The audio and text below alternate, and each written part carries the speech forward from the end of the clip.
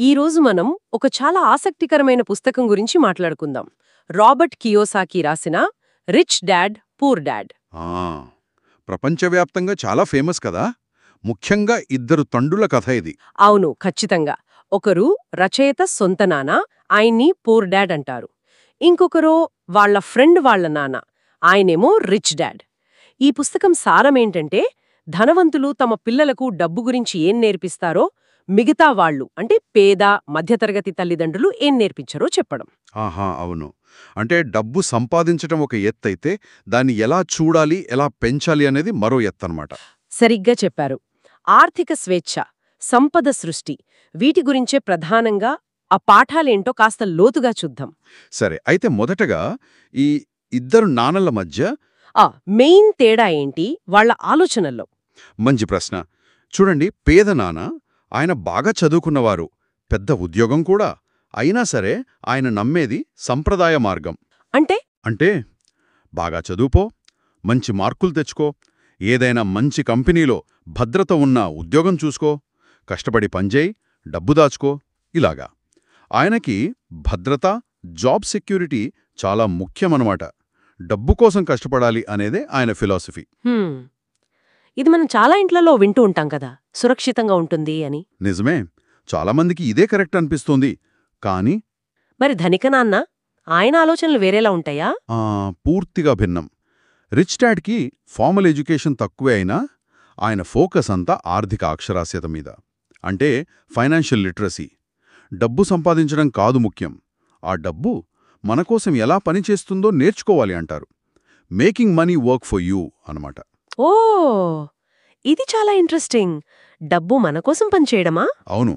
దానికి బేసిక్ ఏంటంటే ఆస్తులు, అప్పులు. అంటే యాసెట్స్, లయబిలిటీస్. వీటి మధ్య తేడాని ఖచ్చితంగా అర్థం చేసుకోవడం.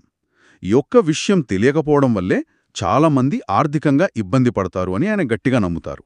ఆస్తులు, అప్పులు, ఈ పదాలు వింటాం, కానీ పుస్తకంలో చెప్పిన నిర్వచనం చాలా సింపుల్గా ఉంటుంది కదా. అవును, చాలా సింపుల్, ఇంకా పవర్ఫుల్. ఆస్తి అంటే మీ జేబులో డబ్బు వేసేది. జేబులో డబ్బు వేసేది అంతే. అప్పు అంటే మీ జేబులోంచి డబ్బు తీసేది.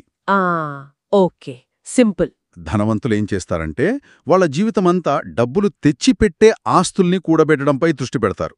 ఉదాహరణకి అద్దె వచ్చే ఇల్లు, స్టాక్సు, బాండ్సు లేదా సొంత వ్యాపారాలు ఇలాంటివి. మరి పేద మధ్యతరగతి వాళ్ళు తెలియకుండా చాలాసార్లు అప్పుల్ని కొంటారు, వాటినే ఆస్తులనుకుంటారు. అంటే ఉదాహరణకి మన సొంత ఇల్లు, కారు, ఇవి.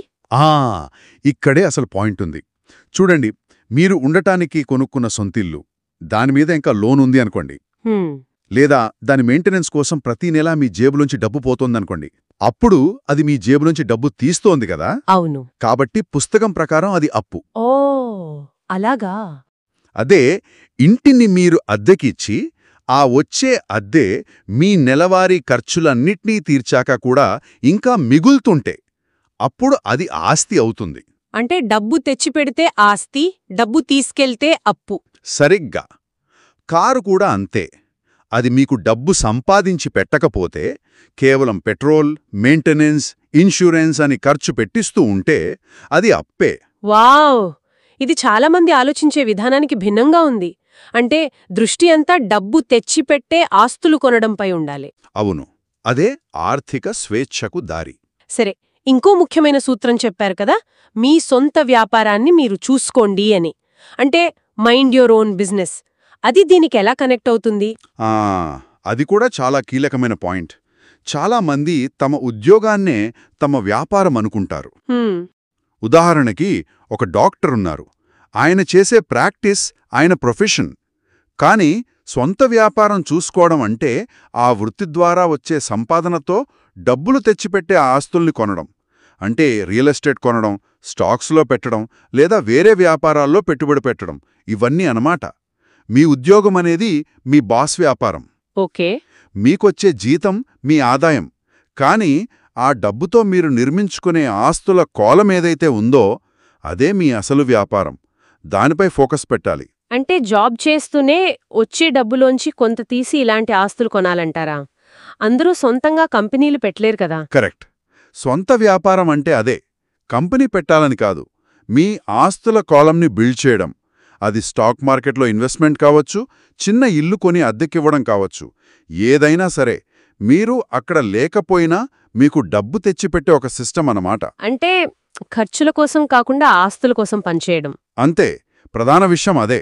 ఆ మొత్తం మీద చూస్తే ఈ పుస్తకం చెప్పేది కేవలం కష్టపడి పనిచేసి దాచుకుంటే సరిపోదు ఆర్థికంగా ఎదగాలంటే.